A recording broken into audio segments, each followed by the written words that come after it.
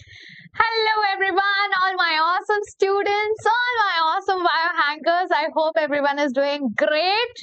Welcome to Test Coach powered by S. Chand. This is Kajal Singh, your biology expert, and today I'm here to discuss about CUET mock test. अगर आपको याद है पिछले video में मैंने आपको board exam में कैसे बायो के जो है हैक्स बताए थे कि ये टॉपिक्स तो करके ही जाओ, ये टॉपिक से क्वेश्चन आता ही आता है, और उस टाइम पे मैंने आपको बोला था प्लीज मॉक्स लगाओ, है ना। और बिकॉज हम CUET के लिए भी प्रिपेयर कर रहे हैं तो simultaneously it is very important for us to prepare for CUET as well. Now because CUET एक मल्टीपल चॉइस क्वेश्चन है ना, इसमें आपके बोर्ड एग्जाम में भी MCQs आते हैं, तो आप एक काम ये कर सकते हो कि बिकॉज सिलेबस इज सेम, जब आपको लगे कि हाँ यार मैंने मतलब एटलीस्ट वन टाइम तो रिवीजन कर लिया है and it's the right time कि हम जो है साइमल्टेनियसली बीच बीच में टाइम निकालकर CUET के भी मॉक टेस्ट दे सकते हैं। काफी बच्चे बोलेंगे बोर्ड एग्जाम के बाद ही करेंगे, choice is yours, that's absolutely fine, but there are students who are attempting for CUET for the second time, तो ये स्पेशली उन लोगों के लिए भी है। और जो फर्स्ट टाइमर्स है, मैं कोशिश करूंगी कि आपको मैं बताऊं कि क्यों इंपॉर्टेंट है कि आप अभी से भी थोड़ा थोड़ा बीच बीच में समय निकाल कर दे तो आपके लिए अच्छा होगा, ठीक है। प्रो टिप दूंगी वीडियो के एंड में, तो जल्दी से चैनल को सब्सक्राइब कर लो और वीडियो को एंड तक देखना, क्योंकि ये प्रो टिप आपके साथ एंड में डिस्कस की जाएगी और वो जो है मोस्ट इंपॉर्टेंट होंगी, so that will be shared in the end of the video, so end तक देखना, ठीक है ना। What is the right way to boost your CUET score? Here we go. Before that, myself Kajal Singh, as I've told you that my subject specialization is biology, so I'll be covering your biology section of CUET and your boards. Okay, fine. Why are mock tests important? क्यों important है? जो second timers है उनको तो पता है, जो droppers है उनको पता है, जो फर्स्ट टाइमर्स है क्यों इंपॉर्टेंट है भाई? क्योंकि ये जो है ना CUET, ये एक फटाक से एग्जाम के दिन जाने में ना काफी सारी चीजें होती हैं, मतलब सिर्फ जाके एग्जाम हॉल में बैठना नहीं होता, बहुत सारे उसके पहले जो एनवायरनमेंट होता है, जो स्ट्रेस होता है, और काफी बार ऐसा होता है कि दिन रात पढ़ने के बाद भी बच्चा एग्जाम डे पर जाकर डब्बा गुल हो जाता है, होता है, मेरे साथ भी हुआ है, इट्स नॉर्मल थिंग। बट उस टाइम पर वो समय में खत्म करना, काफी ऐसे भी स्टूडेंट्स होते हैं जो इतने स्ट्रेस्ड आउट हो जाते हैं और बिकॉज उन्होंने प्रैक्टिस नहीं की होती है, लैक ऑफ प्रैक्टिस के कारण ऐसा हो जाता है कि आता तो है, ये क्वेश्चन का आंसर आता था हमें, लेकिन वो एग्जाम हॉल के बाहर आके बोलता है कि ये क्वेश्चन का आंसर आता था मुझे, या तो मुझे उस टाइम पे याद नहीं आया, या तो मैंने समय से आंसर नहीं लिखा, कुछ ना कुछ ऐसा हो जाता है, या तो टाइम मैनेजमेंट गड़बड़ हो गई कि आंसर आते हुए भी हमारे पास टाइम कम पड़ गया। क्यों कम पड़ गया? प्रैक्टिस नहीं किया था। प्रैक्टिस से क्या होगा?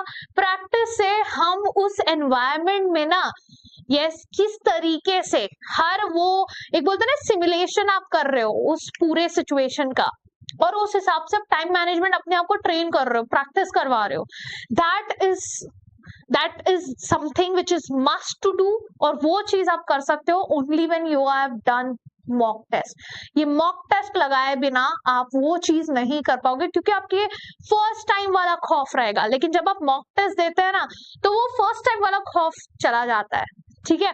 जिन्होंने 10th स्टैंडर्ड का बोर्ड्स दिया था, देखो आप जिस भी क्लासेस में गए होंगे आपको मॉक कराया होगा कि हाँ वही एक सैंपल एडमिट कार्ड मिला है, आप वो लेके जा रहे हैं, लाइन में खड़े हो रहे हैं, बिठाया जा रहा है, आपको सीट नंबर दिया जा रहा है, फुल सिमुलेशन किया जा रहा है कि ऐसा लगता है बोर्ड एग्जाम या प्रीलिम्स जो होता था हमारा mock board.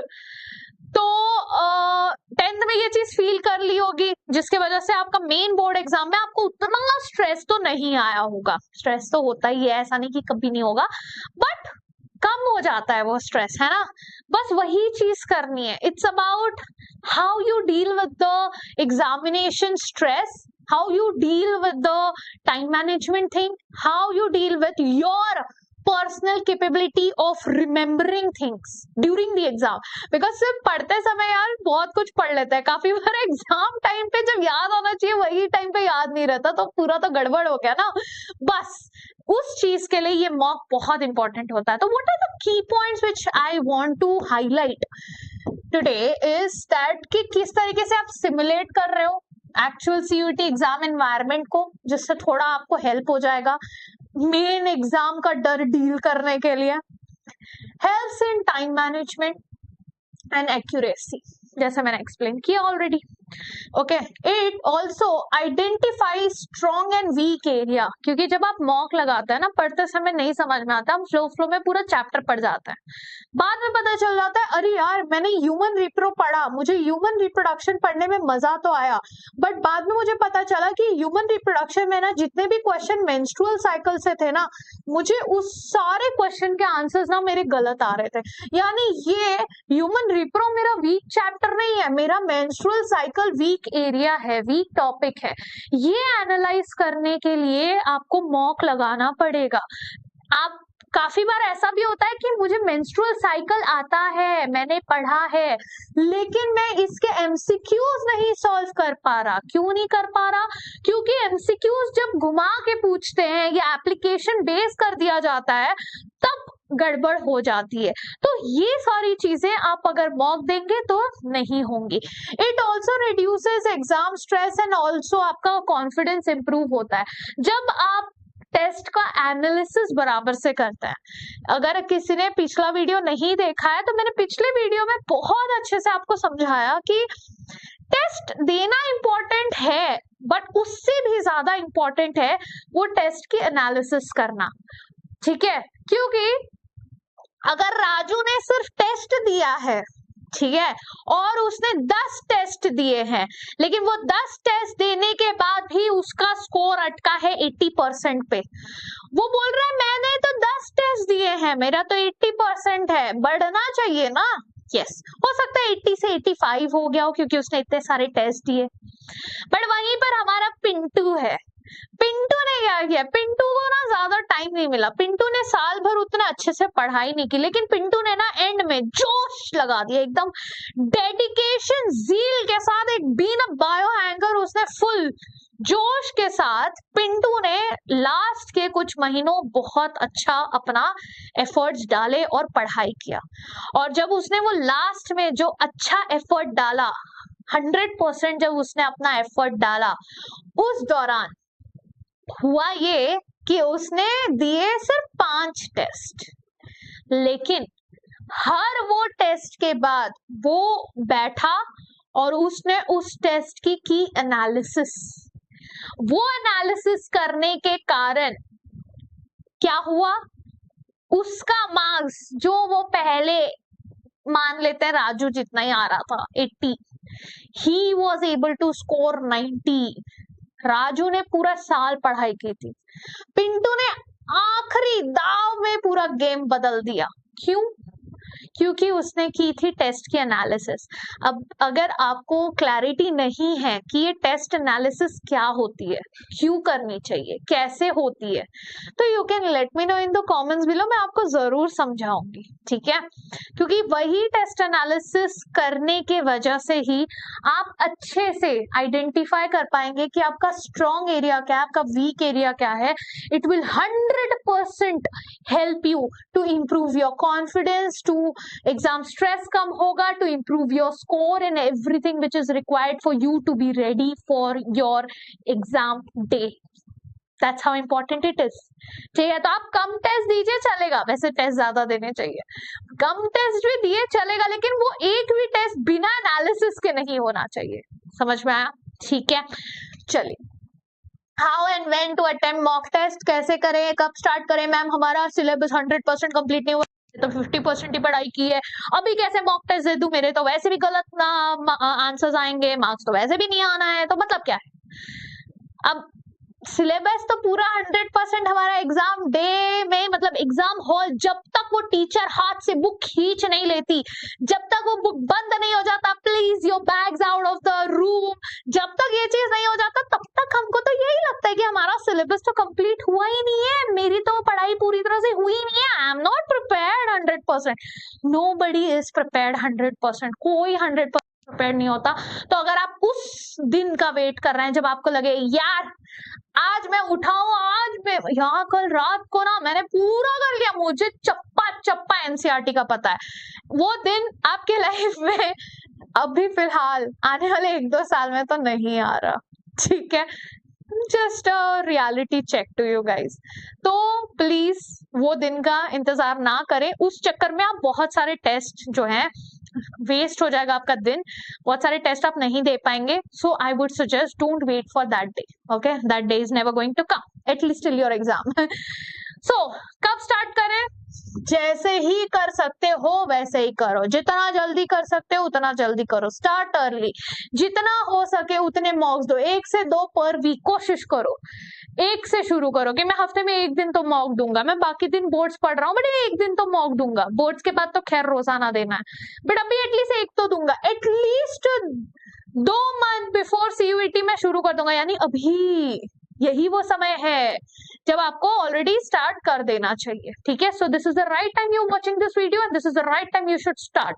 So let me know in the comment section अगर किसी ने ऑलरेडी स्टार्ट की है या नहीं, या कल से करने वाले हो। जो भी अपडेट है कमेंट में बताओ। यार हम लोग लाइव नहीं मिल रहे तो I don't know, I am not able to interact with you guys. तो यही वो कमेंट सेक्शन है जहां पर मैं आपके तरफ से आप क्या जानना चाहते हैं, क्या नहीं, क्या अपडेट है, क्या नहीं, क्या ये वीडियो का कोई असर हो भी रहा है आपके ऊपर या नहीं, वो मैं जानना चाहती हूँ कमेंट सेक्शन में। तो please do let me know कितने ऐसे बच्चे हैं जिन्होंने पिछला जो है शुरुआत कर दी है मॉक टेस्ट देने की, पहले से शुरुआत कर दी है, और कितने बच्चे हैं जिन्होंने आज ये वीडियो देखने के बाद शुरू कर देंगे।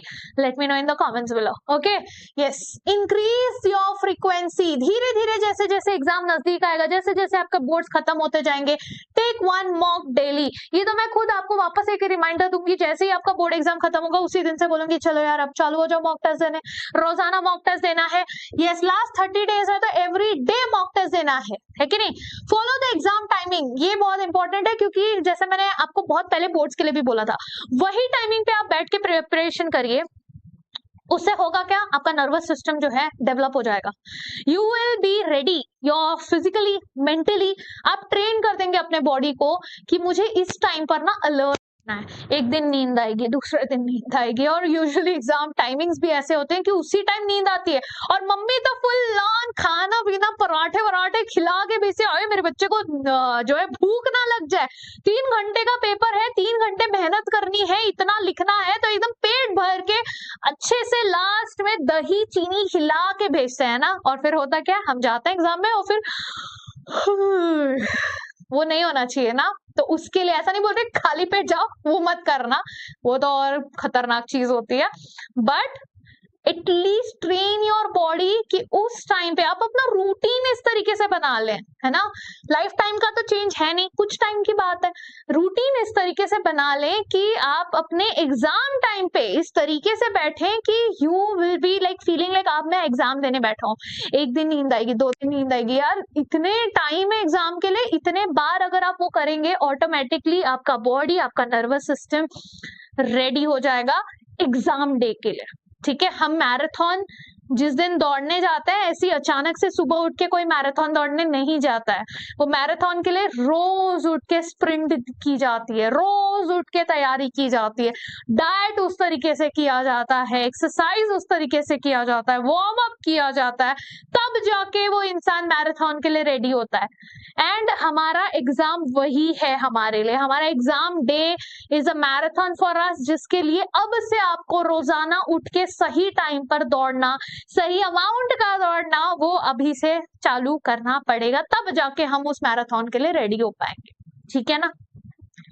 तो एटलीस्ट शुरू कर दो वो एग्जाम टाइमिंग पे बैठकर अपने आप को तैयार करना, अपने नर्वस सिस्टम को ट्रेन करना at the same time as the your actual exam slot. Simulate your exam condition. Mummy को बोल दो मेरे को परेशान नहीं करना, 3 घंटे शांति से बैठने दो, मुझे पढ़ाई करनी है। क्वाइट प्लेस पे बैठो, एक टाइमर लगा लो, ठीक है। मोबाइल फोन के नोटिफिकेशंस बंद कर दो, इंस्टाग्राम के चैटें सारे ऑफ कर दो, सारा चीज म्यूट कर दो, फ्लाइट मोड पे डाल दो यार फोन को, ठीक है। टाइमर लगा के फ्लाइट मोड पे डालो, कॉल नहीं आना चाहिए, कुछ नहीं। यू हैव सारे बुक्स वुक्स सब दूर है, कुछ नहीं है तुम्हारे सामने, चाहिए तो दीवार को फेस करके बैठो, that's the best thing. I used to do that, it used to work for me. ऐसे जगह बैठो ही मत जहां पे तुमको अपने घर का सामान दिख रहा है, पता चला कहीं पे चिप्स का पैकेट गिरा हुआ है, भूख लग गई यार, मतलब तुम सोचोगे नहीं बट हो जाएगा सबकॉन्शियसली। तो keep a blank thing in front of you and the best way to do is अपना टेबल चेयर लगा के बैठ जाओ फेस करते हुए दीवार को, डिस्ट्रैक्शन ही नहीं, कुछ नहीं, जब डिस्ट्रैक्शन ही नहीं होगा तो ध्यान सिर्फ पेपर पे होगा। टाइमर है, टाइमर चल रहा है, घड़ी रखी है सामने, just go with it, phone दूर रख दो, वही फील करो जो एग्जाम टाइम पर आपको करना होगा, ठीक है ना। उतना स्ट्रेस तो नहीं होगा बट एटलीस्ट बॉडी तो ट्रेन हो जाएगी, काम तो बन रहा है, ठीक। Sit in the quiet place, use a timer and avoid distractions. Now how to attempt this? Before starting please revise your concepts. ऐਵੇਂ ही बस बोल दिया मैंने कि 100% तैयारी नहीं हो जाती फिर भी बैठ के करो, इसका मतलब ये नहीं कि नहीं हुई है ना तैयारी बैठ जाते हैं, ऐसे ही उठा लिया रैंडमली कर लिया, नहीं रैंडमली मत करो। एटलीस्ट तुमने जितना पढ़ा है, जितना, कोई नई चीज नहीं पढ़ने बोल रही हूँ, हो सकता है तो पढ़ो, नहीं हो रहा है, टाइम नहीं है तो रिवाइज करो। Don't use that as an excuse कि मुझे मॉक नहीं देना है, मॉक तो देना है भाई, या तो तुम टाइम निकालो और तुम नए टॉपिक को भी अच्छे से पढ़ के दो, और अगर अच्छे से पढ़ के नहीं दे पा रहे हो, नया टॉपिक नहीं दे पा रहे हो, तो एटलीस्ट जो टॉपिक पढ़ा है उसको अच्छे से कंसेप्ट को रिवाइज कर लो ना। Quickly go through the important formulas, your notes, your definitions, your diagrams, everything. Go through it quickly, NCERT घुमाओ और बैठ जाओ, ठीक है।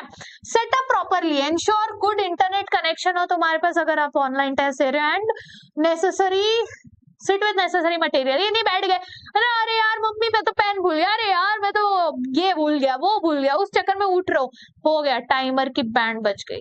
वो नहीं करना है हमें, पहले से प्लीज, व्हेन आई से simulate the environment that means वो सेम एनवायरनमेंट को लगाओ और उसको सीरियसली लो, ठीक है।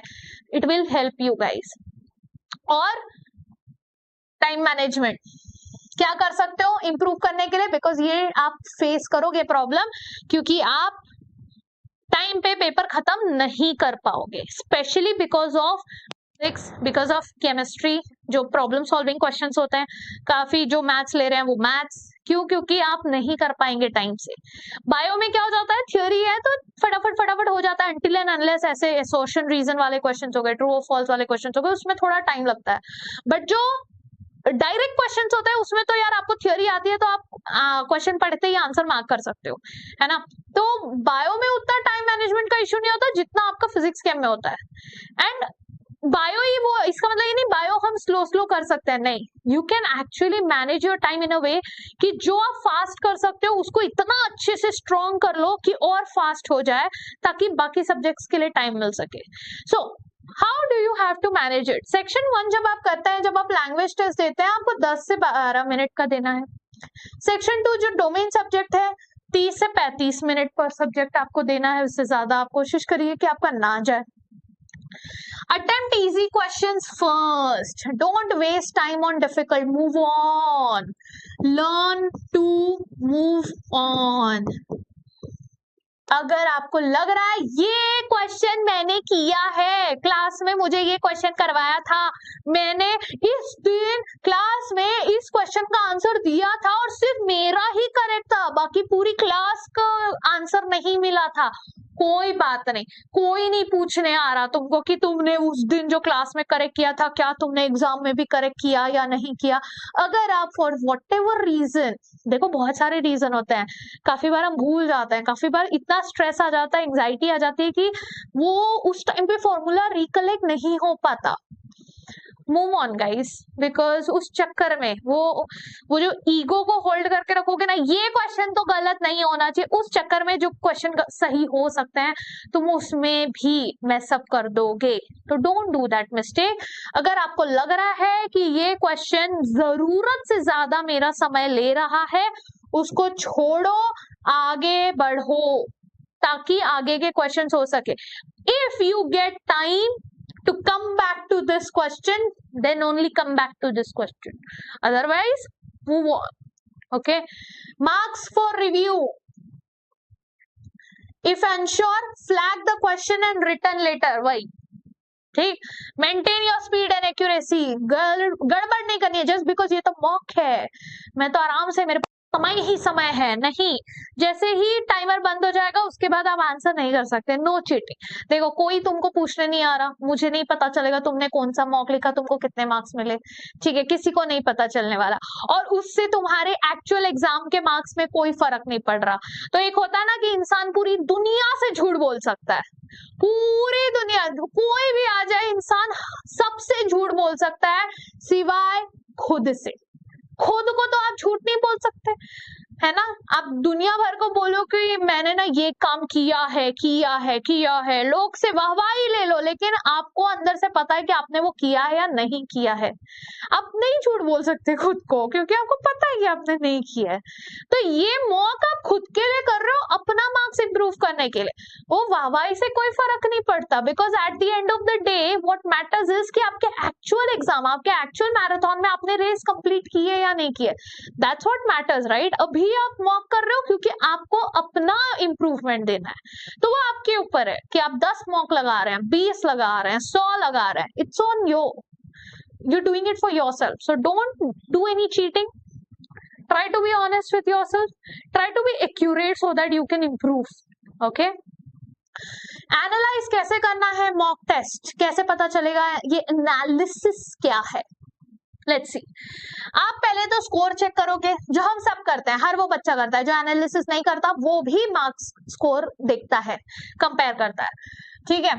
Identify how many questions were correct, और कितने गलत थे, उस हिसाब से मार्किंग स्कीम के हिसाब से प्लस माइनस नेगेटिव मार्किंग करके आप कैलकुलेशन कर लो, जिससे आपको आपका स्कोर मिल जाएगा। ये आपका फाइनल स्कोर है। इसको अगर आप एनालिसिस समझने की गलती कर रहे हैं तो ये बहुत बड़ी गलती है। This is not an analysis. Now what do you mean by analysis? Now go to the questions which were wrong. जो भी आपके रॉन्ग क्वेश्चंस थे, गो टू दैट एंड देखो कि ये क्वेश्चन किस टॉपिक का है, किस टॉपिक में आप ये गलती कर रहे हैं।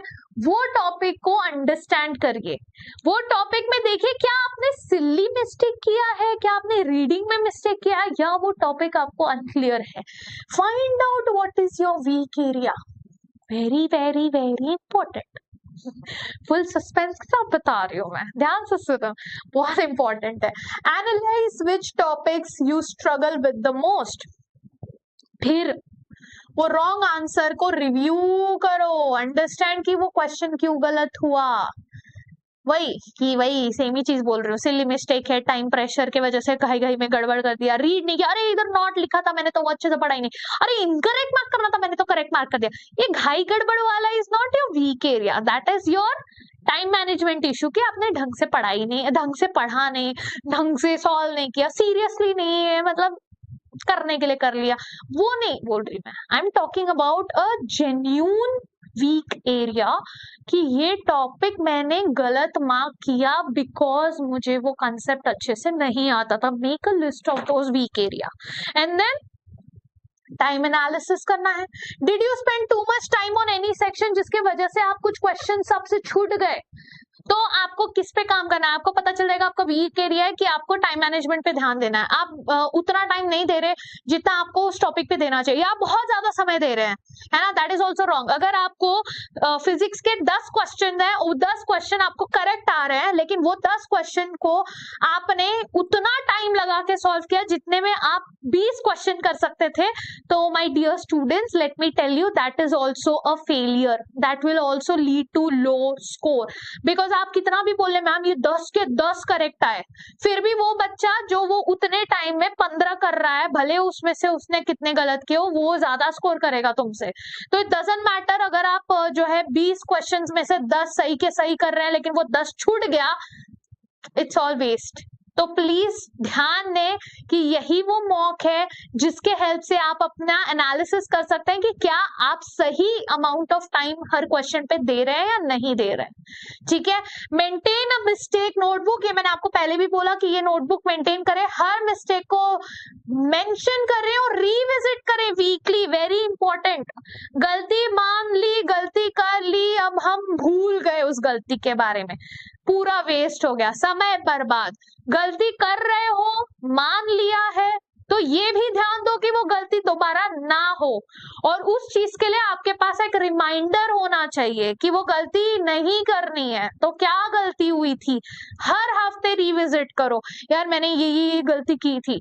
और जब आप गलतियां रिविजिट करते हैं ना, तो वो गलती आपसे दोबारा नहीं होती है। तो please do that, improve after every mock test. और ये इम्प्रूवमेंट अपने आप, मतलब ये कुछ अलग स्टेप नहीं है, ये कुछ रॉकेट साइंस नहीं है, ये अपने आप हो जाएगा, ऑटोमेटिकली हो जाएगा जब आप वो सारे स्टेप्स फॉलो करने लगोगे एनालिसिस के। टेस्ट के बाद इंप्रूवमेंट तभी आती है जब आप टेस्ट की एनालिसिस बराबर से करते हैं। अच्छा, अब कैसे इंप्रूव करना है, वो बच्चों की बात कर रही हूँ जिनका स्कोर है बिलो 50। अब सबका अलग अलग स्कोर होगा, जो बार बार 50 के नीचे ही ला रहे हैं, 50% के नीचे, उनको क्या करना है, मतलब आपका 50% के नीचे, मतलब आपका कंसेप्ट ही वीक है, ठीक है।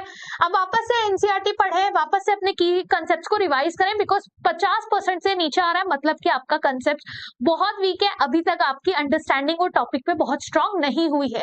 Please start visiting high weightage topic, जो मैंने आपको पिछले वीडियो में डिटेल में हर चैप्टर का बताया था कि ये टॉपिक्स है। हो सकता है आपका वही टॉपिक अभी तक पूरी तरह से स्ट्रांग नहीं हुआ है क्योंकि वो रिपीटेड है, तो एटलीस्ट उसको तो दोबारा से रिवाइज करें। Improve your basic speed and accuracy, because हो सकता है आपके क्वेश्चंस भी मिस आउट हो रहे हैं जिसकी वजह से आपका 50% के नीचे आ रहा है। ना बात करते हैं उन बच्चों की जिनके 50 के ऊपर आ रहा है 80% तक, ठीक है, बीच वाला average. Work on reducing negative marking. अब ये वाले बच्चे ना मोस्टली ऐसे होते हैं 50 से 80 वाले, जिनके मार्क्स बहुत अच्छे आ रहे हैं। यार मैम मैंने तो मतलब 90% आना चाहिए था, मैंने तो इतना सही किया था, लेकिन ना मैंने बहुत सारे गलत भी किए थे। दैट मीन्स तुम गिव अप नहीं करना चाहते किसी क्वेश्चन पे, और फालतू ईगो में आके तुम जो है तुक्का मार रहे हो। ये तुक्का मारने वाले बच्चे होते हैं, उनको ना वो हजम नहीं होती वो बात कि मैंने इतना सही किया है तो मैं ये क्वेश्चन क्यों छोड़ दूं, मतलब कर दूंगा तो और मार्क्स आएगा और आएगा। वो मार्क्स ज्यादा आना तो चाहिए हमें, बट वो लालच के चक्कर में ये जो हम अपना नुकसान कर लेते हैं वो गलत बात है ना। वो नुकसान नहीं करना है, वो that is completely waste of your energy. मतलब जो आपने पढ़ा है वो भी चला जाएगा, तो क्या मतलब। तो you have to analyse, you have to be very smart enough to understand कि यार ये मुझे नहीं आता। कभी कभार तुक्का भी सही लग जाता है, बट वो तुक्का भी अगर आप स्मार्टली लॉजिक लगा के कर रहे हो ना तो ठीक है, बट अगर इलॉजिकल तुक्का मारा ना ABCD, उसमें से चलो कर लेते हैं, yes in pin safety pen ये सब करके अगर आप कर रहे हो, then you will be wasting your energy. हो सकता है, मैं ऐसा नहीं बोल रही कभी नहीं लगता, हो सकता है कि आपका मॉक टेस्ट में तुक्का लग जाए, बट एग्जाम में नहीं लगा तो ये रिस्क मत लो, तुक्का मारना बंद करो। और मॉक टेस्ट में क्या तुक्का मार रहे हो यार, मॉक टेस्ट में तो मारना ही नहीं चाहिए तुक्का, नहीं आता मुझे, छोड़ दो क्वेश्चन, ठीक है। Solve topic wise questions from weaker sections. अब ये बच्चे को अपना वीक सेक्शन बहुत क्लियरली दिख रहा है, मेरे ये टाइप के क्वेश्चंस गलत हो रहे हैं। हो सकता है कि पर्टिकुलर सब्जेक्ट नहीं, पर्टिकुलर टॉपिक नहीं, बट हो सकता है कुछ टाइप ऑफ क्वेश्चन कि मेरा ना डायग्राम बेस्ड क्वेश्चन बार बार गलत हो रहा है, मतलब जाओ फिर डायग्राम रिवाइज करो। मेरा असर्शन रीजनिंग वाले क्वेश्चंस गलत हो रहे हैं, मेरे ट्रू और फॉल्स वाले क्वेश्चंस जो है गलत हो रहे हैं। तो कभी कभी ऐसा भी होता है, तो वो आप एनालिसिस जब करने लगोगे आपको अपने आप समझेगा कि क्या गलत हो रहा है, क्यों गलत हो रहा है। एंड टाइम बाउंड PYQs को जो है प्रैक्टिस करो, ठीक। Now the brilliant ones, score जिनका ऑलरेडी 80% से ऊपर आ रहा है, उनको क्या करना चाहिए, बैठ जाए एकदम आराम से, फैल जाए कि अरे हमारा तो ऑलरेडी 80% हुआ है, नहीं। What you have to do is start taking full length mock test regularly, ठीक है। अगर आपको पता चल गया कि आपका 80%, don't be over confident, because यही देखो, जब ना ग्राफ ऊपर जाता है ना, पहली बात तो यू हैव टू अंडरस्टैंड कि it never, nothing is permanent, है ना, कोई चीज परमानेंट नहीं होती। जब ग्राफ ऊपर जाता है ना, तो एक पॉइंट के बाद क्या होगा, अब इससे ऊपर नहीं जाएगा ना, तो वो नीचे ही आता है, भले उसके बाद वापस ऊपर जाए, बट एक पॉइंट के बाद वो नीचे ही आता है। That's life, you can't always go up, कभी ना कभी बीच में नीचे आएगा, डिप आएगा, फिर ऊपर जाओगे, फिर नीचे आओगे, फिर ऊपर जाओगे, अप्स एंड डाउन्स आते रहते हैं। अब अगर एग्जाम के पहले आपका 100% आने लगे, खुश, मेहमान खुश, रिश्तेदार खुश, माँ बाप खुश, तुम खुश। बट वो खुशी के बाद काफी बार ऐसा होता है कि एग्जाम में वो बच्चे का आ जाता है 70 या 80, फिर आता है डिप्रेशन, एंजाइटी, है ना, फिर आते हैं अजीब और गरीब थॉट्स, ये क्या हो गया, life is unfair with me and this and that and what not. क्यों हुआ? ओवर कॉन्फिडेंट हो गए, लगा कि यार 100 आ रहे हैं, 100 में से 100 आ रहे हैं, अब क्या प्रैक्टिस करूं मैं। आराम से बैठ जाते हैं, थोड़ा रिलैक्स हो जाते हैं। यस, और वहीं पे एक बच्चा है जो बेचारा रोज लड़ रहा है, लड़ रहा है, लड़ रहा है, लड़ रहा है, 70 से एग्जाम डे पे मेहनत करते करते करते पहुंच गया 100। अब आप बोलोगे यार उसको तो 100 नहीं मिलना चाहिए था, वो तो ला ही नहीं रहा था, मेरे तो प्रीलिम्स में आ रहे थे 100, तुम मेरे को 70 कैसे हो गया? कुछ तो गड़बड़ होगा, पेपर चेकिंग में गड़बड़ होगा, कोई पेपर ही गलत सेट किया होगा, ये 70 वाले ने 100 कैसे ला दिया? क्योंकि वो कंसिस्टेंटली करता रहा और आपने ओवर कॉन्फिडेंस में अपने प्रिपरेशन को एक ढील दे दी और आपका ग्राफ नीचे गया। तो गलत बात नहीं है 100 लाना, अगर आपके मार्क्स में 100 आ रहे हैं, very good, but please make sure that you're consistently revising. Start taking more and more full length mock test. Okay, you can't know everything, that's what I'm trying to say. मैं आपको demotivate नहीं कर रही हूँ, I'm just trying to give you a reality check कि graph अगर ऊपर जा रही है well and good, but वो एग्जाम के दिन भी ऊपर रहनी चाहिए, ठीक है? वो ग्राफ नीचे आएगी एग्जाम के बाद आने दो, अभी एटलीस्ट कंसिस्टेंटली करते रहो। Fine tune your time management and accuracy, speed बढ़ाने पे ध्यान दो, ठीक है? Improve speed in general test and language sections, जो इम्प्रूव कर सकते हो वहां पर ध्यान दो। अगर सारे मार्क्स अच्छे आ रहे हैं, स्पीड पे काम करो, करते रहो, मॉक देते रहो, फ्रीक्वेंसी कम नहीं करनी है। Lastly talking about the pro tips, what are the pro tips, क्या करना है? ये चीज तो मस्ट है, इनमें से कोई भी चीज आप ऑप्शन में नहीं डाल सकते, ये आपको करना ही है। एटलीस्ट 10 to 15 आपका फुल लेंथ मॉक टेस्ट हो जाना चाहिए एग्जाम से पहले। अब चाहे वो आपको बोर्ड्स के बाद करो, बोर्ड्स के पहले करो, सब कुल मिलाकर आपका इतना तो मिनिमम, बेयर मिनिमम आपको करना है। Use elimination technique for MCQs when confused. What is elimination technique? Elimination technique is option A, option B, option C, option D.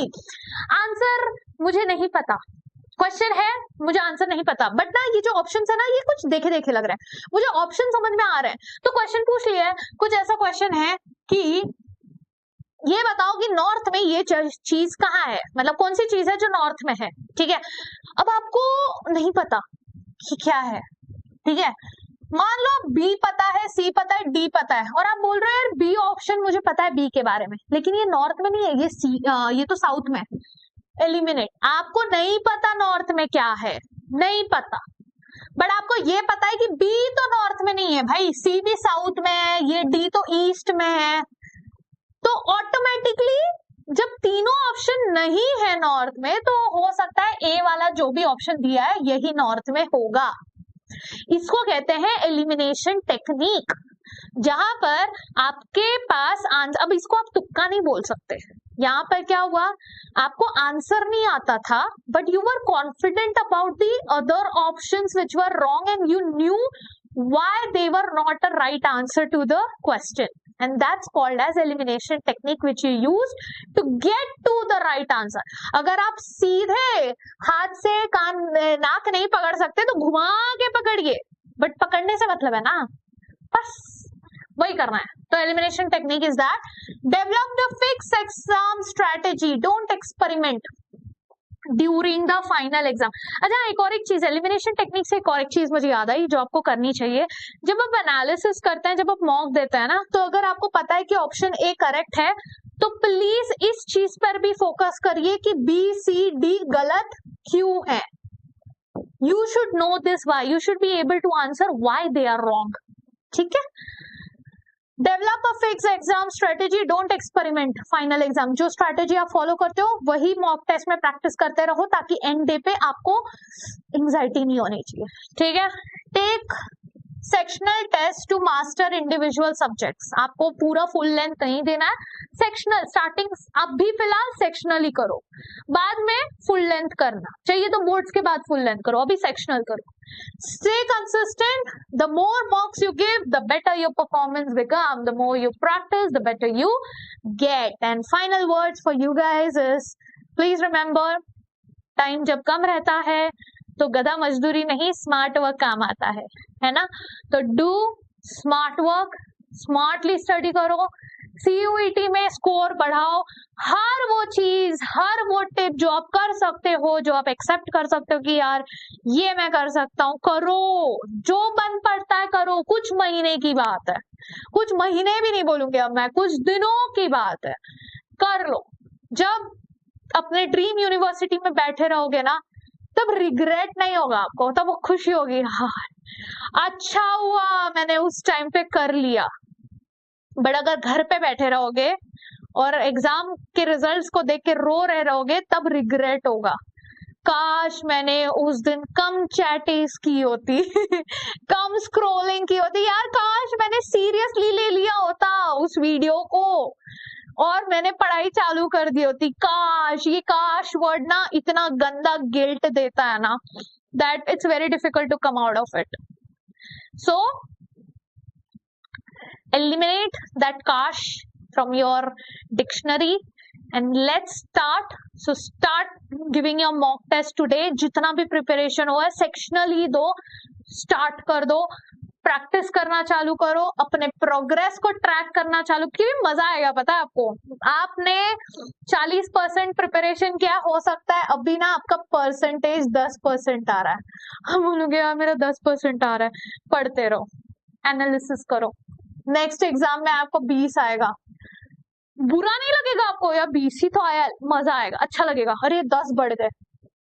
It's about कि ग्लास का पानी आधा भरा है या आधा खाली है, but when you keep improving, it's always थोड़ा थोड़ा पानी adding to your water, adding to your glass, right. So all you have to do is that, your mock test are not for you to score 100 तो board exam के दिन करना है ना 100, अभी तो इम्प्रूवमेंट पे ध्यान देना, और वो इम्प्रूवमेंट यही 3 का ऐड करके होगा, ठीक है। सो अगर थोड़ा यूजफुल लगा हो, काम की बात दिमाग में गई हो, तो लाइक शेयर सब्सक्राइब कर लो और टेलीग्राम पे फॉलो कर लो, और बातचीत करनी हो तो टेलीग्राम पे मैसेज कर लो। कमेंट सेक्शन में बताओ कि आपको कौन सा ऐसा टिप था जो आपको बेस्ट लगा और ये आप आज से ही फॉलो करना चालू करेंगे। Let me know in the comments below guys, and thank you so much for being a part of bio hanker. बाकी एक और रिक्वेस्ट करूंगी, जल्दी से इस QR कोड को स्कैन कर लो, this is the application test coach जो आप डाउनलोड कर सकते हो, जल्दी से कर लो और हम बहुत जल्द यहाँ पर भी मिलेंगे। तब तक के लिए stay tuned, subscribe the channel, and let's catch up to the next video for a very important tip. Until then, tadas, bye-bye, take care everyone, and thank you.